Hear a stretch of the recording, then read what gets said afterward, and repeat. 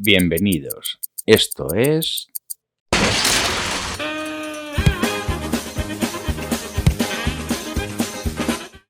Hola, buenas y bienvenidos a un nuevo vídeo de relojería para torpes. Ya llevamos 50 vídeos de teoría y en esta ocasión vamos a hablar dentro de tribología de lo que es la lubricación.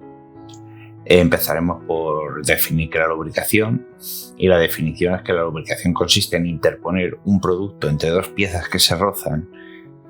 El lubricante permite reducir el coeficiente de rozamiento y el desgaste. Se puede presentar tres estadios: sólido, líquido o gaseoso, aunque parezca extraño, pero también puede haber lubricantes gaseosos. Tenéis en el dibujo de la derecha, sería un ejemplo típico de un diagrama de lo que es lubricación, ¿no? De cómo funcionaría. Quedaos con la parte en rojo, que sería representando al lubricante, porque esta forma que tiene de representarse va a ser muy importante en lo que viene a continuación. Ahora tendríamos que hablar de lo que es la curva Streibek. Si se traza una línea que muestra el valor de rozamiento en función de la velocidad, de la presión, de la viscosidad de la superficie lubricada, se tiene una curva descrita por Robert Streibek en 1903. Cada lubricante en condiciones precisas de utilización presenta una curva particular. Claro, como esto viene en función de la viscosidad del lubricante, la velocidad de rotación, o sea, de giro y la presión, pues básicamente a igualdades de velocidad y presión, lo que va a determinar la forma de la curva va a ser la viscosidad del lubricante. Aquí tenéis representado que mu es el coeficiente de rozamiento, P la presión, V la velocidad angular es omega, eta es la viscosidad y epsilon el juego. El juego entendido como la distancia que hay entre las piezas, ¿no? Oye, básicamente lo que todos entendemos porque unas piezas tengan juego. En esta curva lo que vemos es que se diferencian tres áreas. Tenemos, en primer lugar, el área de rozamiento untuoso o rozamiento límite. Esto es que el efecto de las soldaduras de asperezas cada vez es menos visible, pero la velocidad es demasiado baja para que la cuña de aceite hidrodinámica pueda entrar en funcionamiento. La distancia media entre asperezas se eleva progresivamente hasta 0,1 micrómetros, ¿no?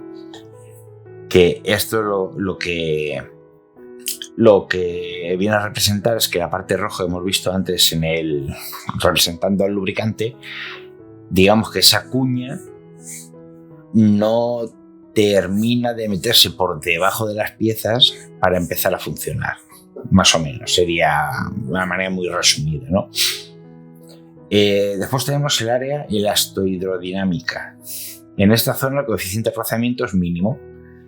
El contacto de las asperezas es todavía posible si la carga supera el valor determinado. La velocidad no es demasiado baja para que el aceite pueda formar una cuña de aceite, ¿no?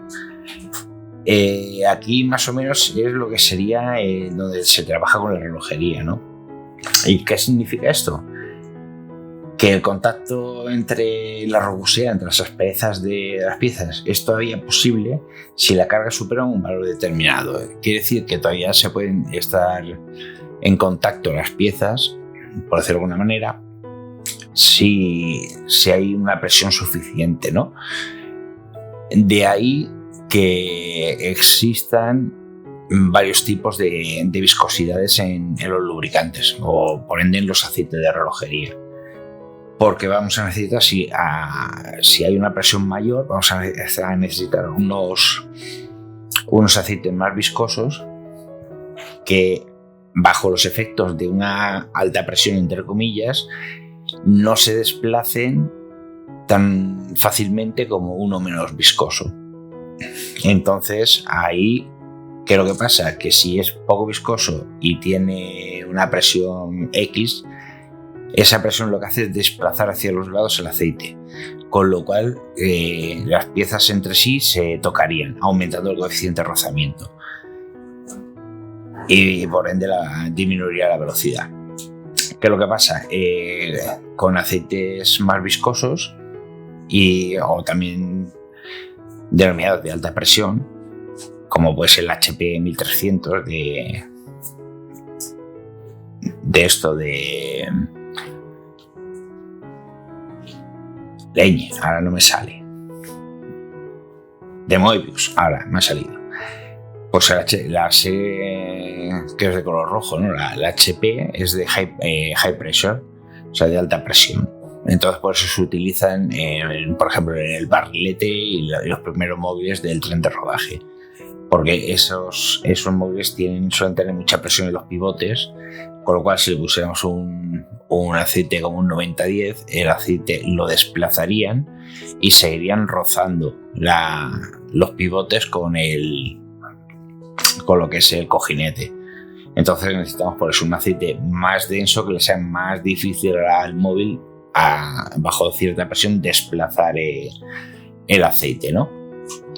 Y luego entraríamos en lo que es el área hidrodinámica. La velocidad es suficiente para que la cuña de aceite impida el contacto directo entre las asperezas. Al principio el coeficiente de rozamiento es mínimo. Cuando la velocidad aumenta, la velocidad de sustentación supera el valor exigido y se pierde cada vez más energía al cortar las capas del aceite. En este área el desgaste es mínimo, ya que no hay contacto entre las asperezas salvo que en el momento de arranque y parada. ¿Esto qué significa? Que en este área, claro, aquí ya estamos hablando de, si nos fijamos en la curva, de que estamos teniendo más presión, estamos teniendo más velocidad angular, estamos teniendo más velocidad lineal, la viscosidad también es mayor y el juego puede ser mayor o no, pero habitualmente aquí suele ser mayor. Por ejemplo, hay más juego en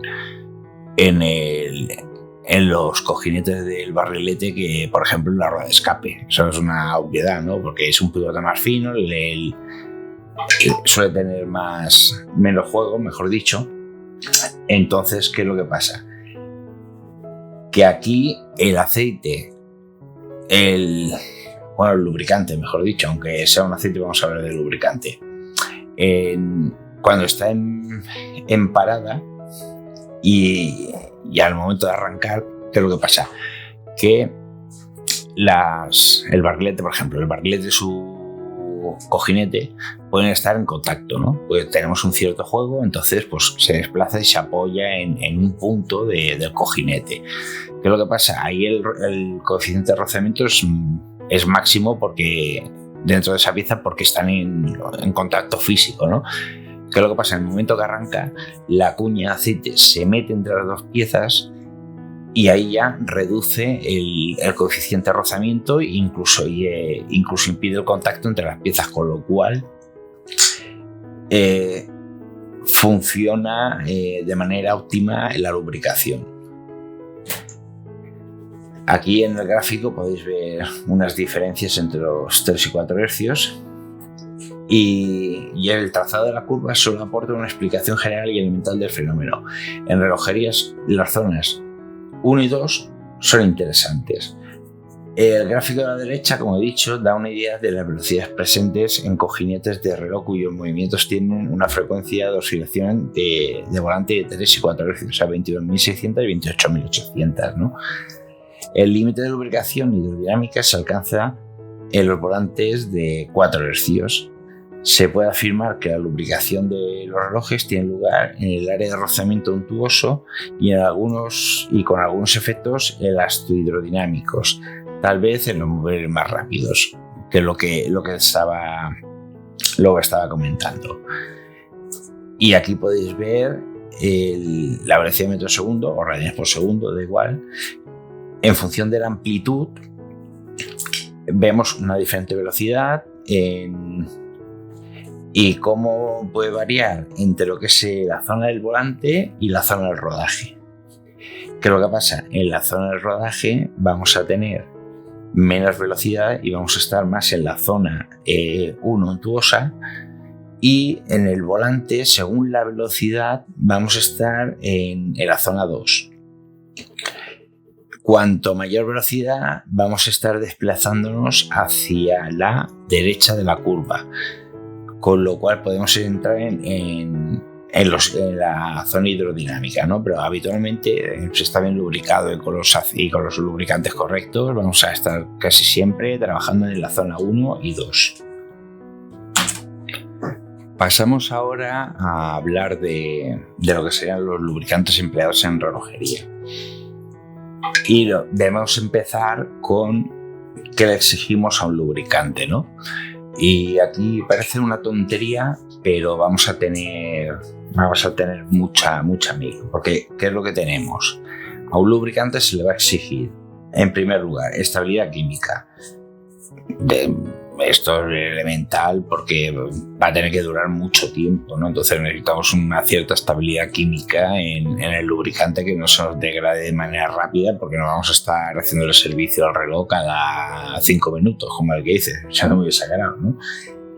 Luego, el lubricante en sí tiene que tener una ausencia de agresividad hacia el soporte. O sea, no podemos utilizar lubricantes que nos vayan a fastidiar los rubíes o los cojinetes de latón o bronce en su caso, o los pivotes. O sea, tiene que tener una ausencia de agresividad.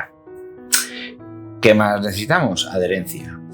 El lubricante le debemos exigir un mínimo de que no se nos desplace y que esté siempre donde se la requiere, ¿no? Luego, resistencia al frío. Que no se nos vaya a congelar el lubricante y se nos pare el reloj, ¿no? Luego, volatilidad baja. ¿Esto a qué se refiere? Pues que no se nos evapore. O sea, un lubricante que se nos evapore y nos desaparece no nos conviene y sería totalmente inútil, ¿no? Luego, que tenga un coeficiente de rozamiento estable, que no nos varíe mucho según la velocidad y las temperaturas y la presión, y que este coeficiente de rozamiento sea lo más bajo posible para que lubrique correctamente, ¿no? Luego, eficacia contra el desgaste. Digamos que no se nos tiene que degradar el lubricante por el funcionamiento, ¿no? A mí siempre me gusta compararlo, digamos, con la automoción, porque bueno, esto es micromecánica y la automoción es mecánica seca, ¿no? O sea, de nada nos sirve un aceite que a los 1000 kilómetros hay que cambiarlo porque se ha degradado por el desgaste, ¿no? Y luego una amplitud estable y elevada con cualquier grado de humedad. O sea, necesitamos un lubricante que según varíe el grado de humedad, pues que lo que es la amplitud del volante se nos mantenga, ¿no? O sea, que si en un ambiente seco, si tenemos 270 grados de amplitud, pues siga teniendo amplitud 270, y si tenemos una zona que hay humedad, yo que sé, estamos en el trópico, pues que sigamos teniendo 270 y que esa amplitud de grado de humedad y de estabilidad en el lubricante, pues que sea un mínimo estable, ¿no? Y ahora entramos en qué tenemos en relojería, ¿no? Para lubricar, pues vamos a tener, en un principio, son aceites clásicos, los tradicionales, ¿no? Que son de origen vegetal, como el aceite de oliva, o de origen animal, como el aceite de pie de buey. Estos aceites poseen buenas propiedades lubricantes y parecían ser el lubricante ideal para la relojería. Pero resultó que, como siempre todo en esta vida, sale algo mejor. Desafortunadamente, estos aceites tienden a oxidarse en contacto con el aire. Si los ponemos en plan culinario, digamos que se enrancian, por decirlo de alguna manera. Y con el efecto catalítico, con los metales cobrizados, ¿no? Se produce ahí un efecto catalítico que los degrada, lo que disminuye su eficiencia. Se intentó solucionar este problema mejorando el refinado, mezclándolo con aceites minerales a lo largo del tiempo, ¿no? Luego la investigación ha demostrado, sin embargo, que los aceites clásicos nunca proporcionan una estabilidad que ofrecen los aceites sintéticos, evidentemente, ¿no? Porque están formulados específicamente. Y hablando de aceites sintéticos, han sido elaborados desde más o menos 1950, ¿no? mediante combinación compleja de productos químicos. O sea, el aceite sintético es química pura y dura. Se distinguen varios tipos, o varios grupos, ¿no? Los primeros productos sintéticos satisfacían las 5 primeras exigencias enumeradas anteriormente. Sin embargo, nadie se había interesado por las propiedades lubricantes a las que se refieren las exigencias 6, 7 y 8, ¿no? O sea, el coeficiente de rozamiento bajo y estable, la eficacia contra el desgaste y la amplitud estable según el grado de humedad, ¿no? A finales de los años 70 se llevaron a cabo diversos estudios sobre este tema. Estos aceites han ido mejorando continuamente y siguen mejorando, todo hay que decirlo, con el objetivo de alargar el máximo la vida útil. Ahora digamos que el hándicap o el objetivo de los aceites sintéticos hoy en día es sobre todo la vida útil, pero por un tema económico, pero ya no de cara al fabricante, sino más bien de cara al consumidor. Y me explico. Habitualmente suelen decir que un servicio de reloj pues debe ser cada 4 o 5 años, ¿no? ¿Qué es lo que pasa? Que los relojes se han elevado de precio, algunos, sobre todo estamos hablando de marcas de prestigio, han elevado sus precios considerablemente, y el servicio técnico de esos relojes también han elevado el precio considerablemente. ¿Qué es lo que pasa? Que ahora a ver cómo lo explico sin hacer mucha sangre. Digamos que se está alargando la vida útil de los aceites, o sea, de los lubricantes, pero sobre todo los aceites sintéticos, por el tema de que si, por ejemplo, vas a llevar un reloj y te van a cobrar por un servicio completo, pongamos una cifra, 400 euros, tú no le puedes exigir a un cliente, a un propietario de un reloj, decirle, no, es que me tienes que traer el reloj cada 4 años. Es decir, oye, me estás diciendo que me tengo que gastar 100 euros en el mantenimiento del reloj cada año. Eso hay gente que conozco un montón de gente, ¿no? Que son de los que mientras funcione el reloj no lo lleva a servicio, ¿no? Y claro, es normal porque si son 400 euros cada 4 años, tira para atrás. Primero, llevarlo a servicio, y segundo, gente que piense cuando compra un reloj cuánto me va a costar mantenerlo, te lo puede tirar para atrás. Te puede tirar para atrás una compra. Porque no es lo mismo hacerte un servicio de un NH35, o sea, un movimiento R de seco, que ahora mismo creo que si lo llevas a un servicio técnico te pueden cobrar entre 85 o 90 euros, creo que estaba la cosa por ahí más o menos, que llevarte un calibre, yo sé, la última vez que vi un servicio de un Breitling, por ejemplo, en la página web, creo que estaba ya en 450, una cosa así. Entonces, claro, te puedes decir, bueno, me voy a comprar un Breitling, me van a cobrar 4, 5, 6 mil euros, pero es que además me voy a tener que estar gastando 400, casi 500 euros cada 4 años, pues no interesa. Entonces, claro, a los fabricantes de lubricantes le conviene alargar la vida útil para que así el fabricante del reloj alargue también el periodo entre servicios, y muchas marcas ya te empiezan a decir, ¿no? En vez de 5, cada 7, 8 años le puedes pasar el servicio, ¿no? Porque son conscientes de eso. De que, bueno, a ellos si te hicieran un servicio cada 4 años, fantástico, pero claro, puede ser que ese reloj no lo vendas a la mínima que piense un poco el comprador, o directamente que no le hagan el servicio. Entonces ya conviene darle, digamos, como un incentivo tanto al fabricante del reloj como al cliente, como también al propio fabricante de los lubricantes, de asegurarse una vida útil más larga por temas de stock, ¿no? Pues si por cualquier circunstancia tú puedes hacer una producción más larga de aceite, sabes que en el almacén te va a aguantar más tiempo que si tiene una vida más corta. Y luego tenemos lo que son las grasas, que son una mezcla de aceite y jabón fibroso que sirve de esponja para retener el aceite. Existe también una grasa para relojería compuesta de aceite con polvo de bisulfuro de molibdeno, que funciona como aglutinante, ¿no? El uso de las grasas lubricantes es delicado.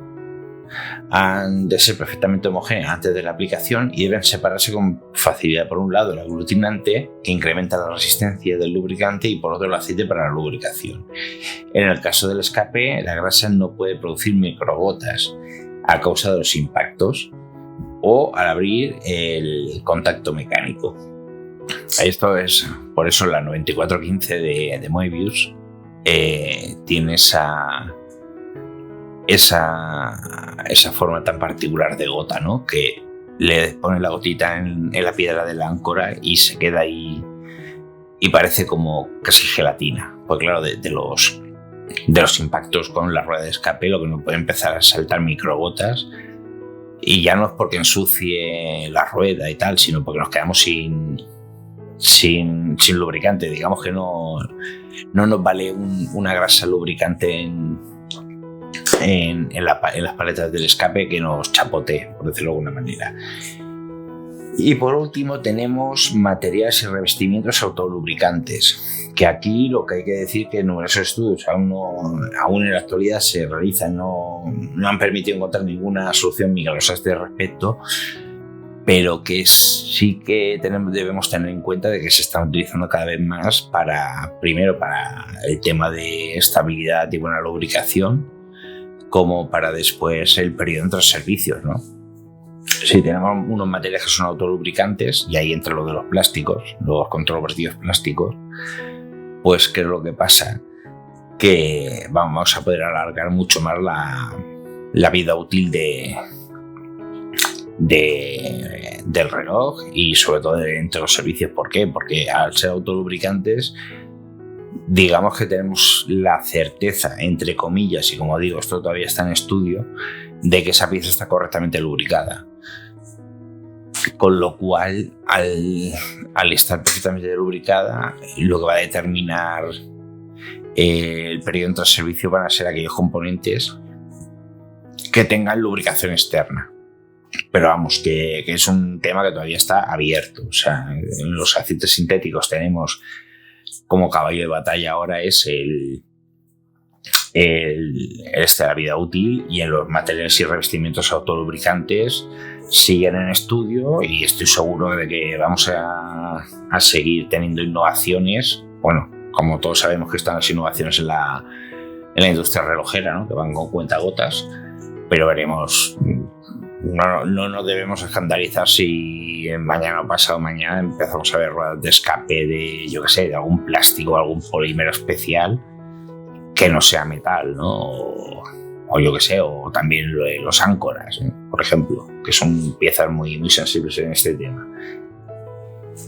Luego vamos a estudiar un poco lo que sería el mantenimiento del aceite en una superficie, ¿no? Cómo se mantiene el aceite en esa superficie, ¿no? ¿Qué milagro es ese? ¿Qué brujería es?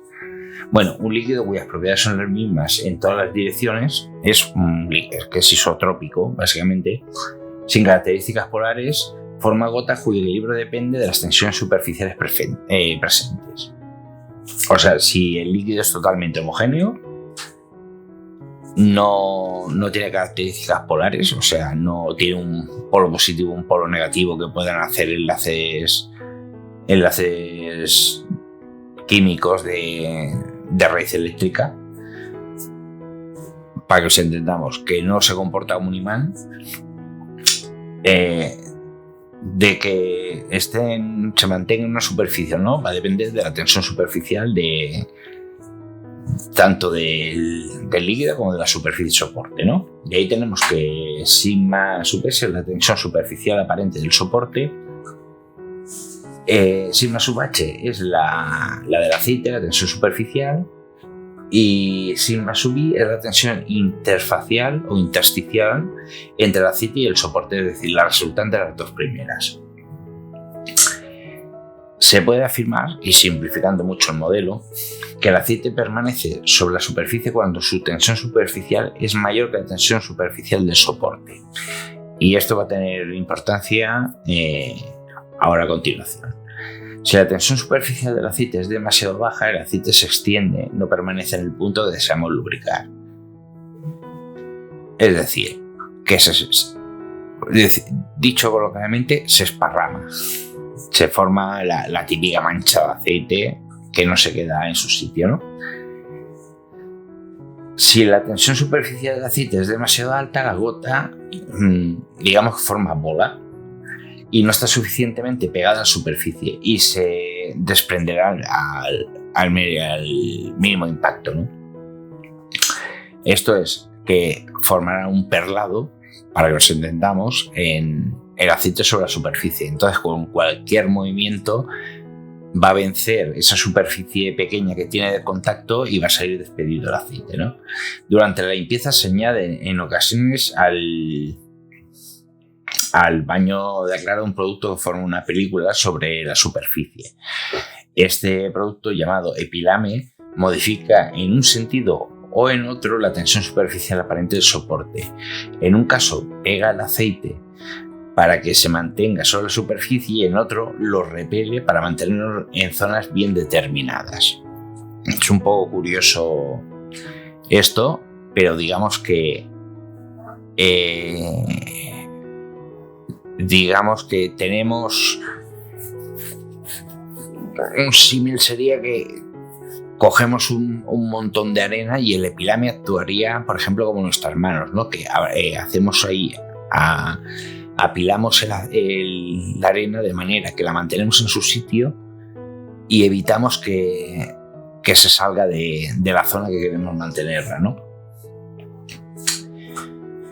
Esta misma teoría, pero a la inversa, es la que se aplican a los productos de limpieza. En este caso elegimos a propósito productos muy humidificantes con una tensión superficial baja para que puedan infiltrarse con facilidad en todos los ángulos y retirar las impurezas.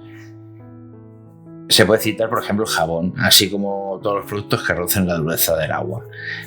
Tienen la capacidad de modificar las características del agua, lo que permite mojar eficazmente la superficie, las manos y los tejidos. Puedo poner un ejemplo, ¿no? De esta manera se puede eliminar mejor la suciedad. El epilame lo que hace es retener el aceite en una zona concreta, básicamente donde lo hemos aplicado. Si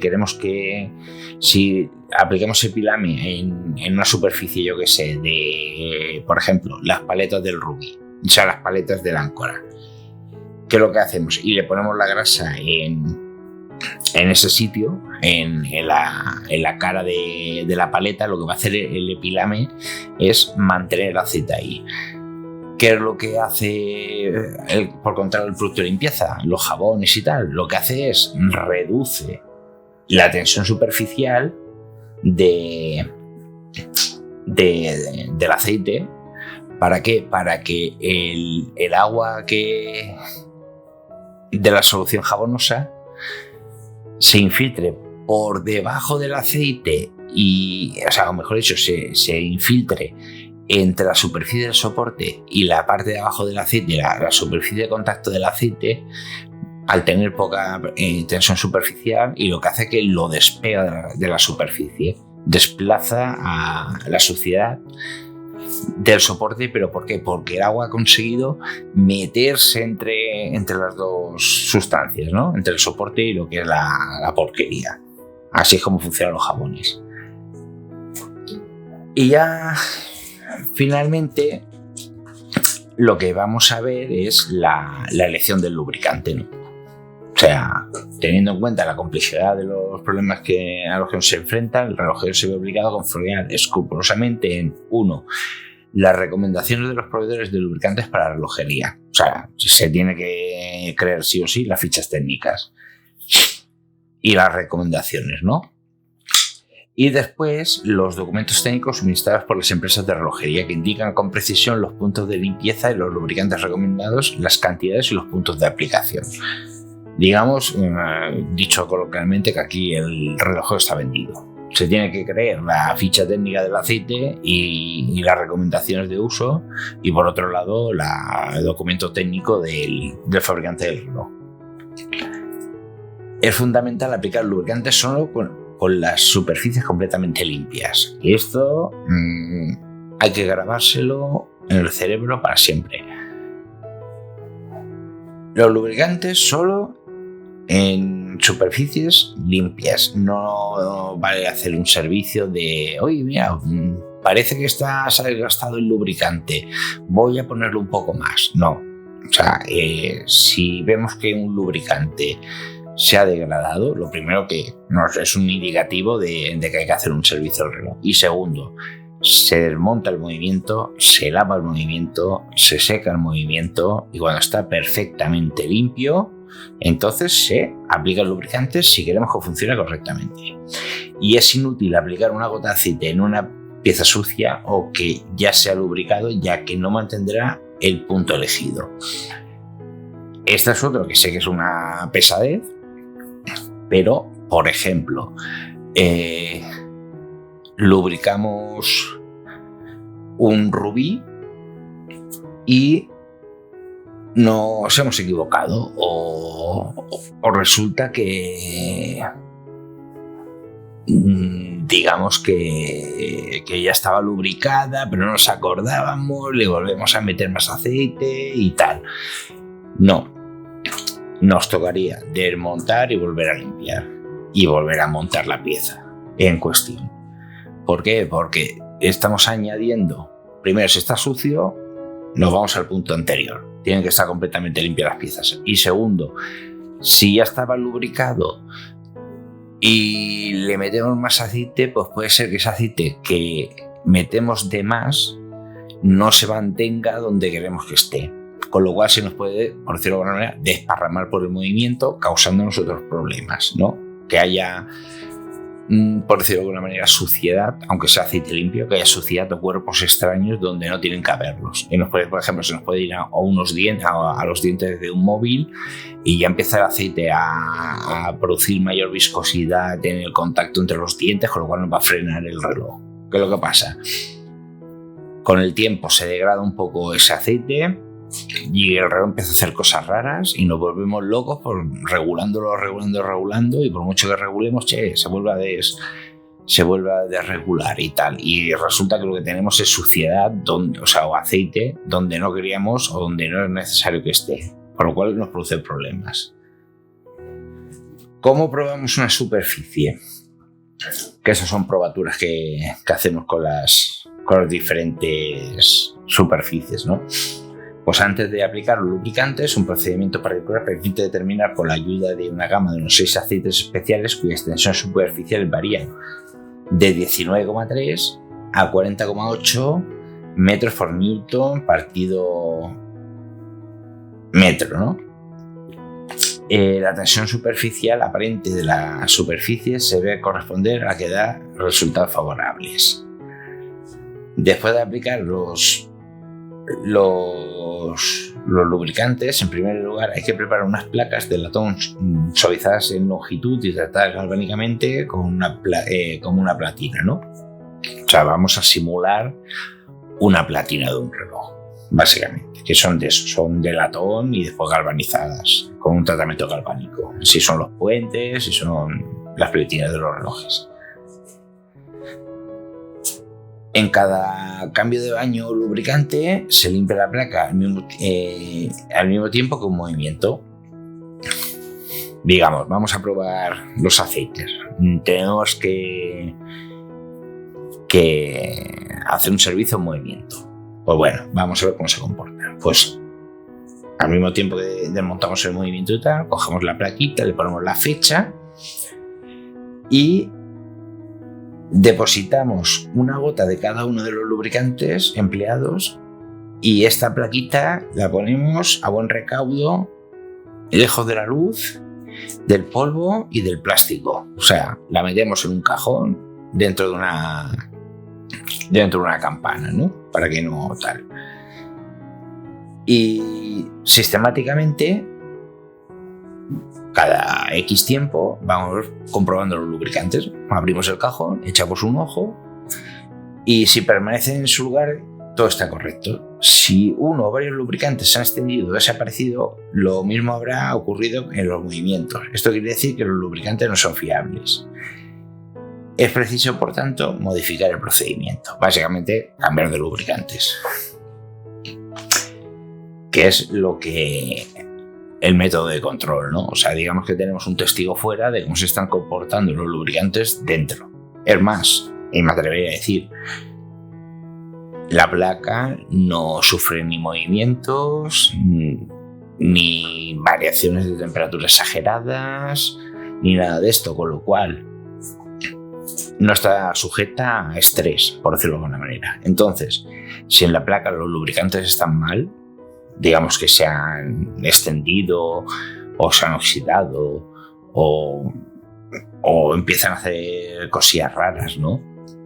Quiere decir que si la placa está mal, en el movimiento van a estar mucho peor, porque en el movimiento sí que están trabajando, con lo cual es un tema que debemos tener muy en cuenta. Pues bueno, este ha sido el vídeo de lubricación. No voy a analizar aceite por aceite los tipos ni los lubricantes, porque en el mercado hay un montón y ya si acaso podría a lo mejor hacer un vídeo sobre, por poner un ejemplo, ¿no?, las diferencias entre un Moebius HP 1300 y un 9010 y un D5. Podría hacer, digamos, comparativas, ¿no? Pero si queréis algún vídeo específico de lubricación, aunque ya había un vídeo sobre aceites, de lo que se puede encontrar en el mercado, ¿no? Pero bueno, lo dejo abierto a sugerencias. Y ya en el próximo vídeo lo que vamos a ver son los pivotes, ¿no? Qué tipo de pivoteros vamos a encontrar.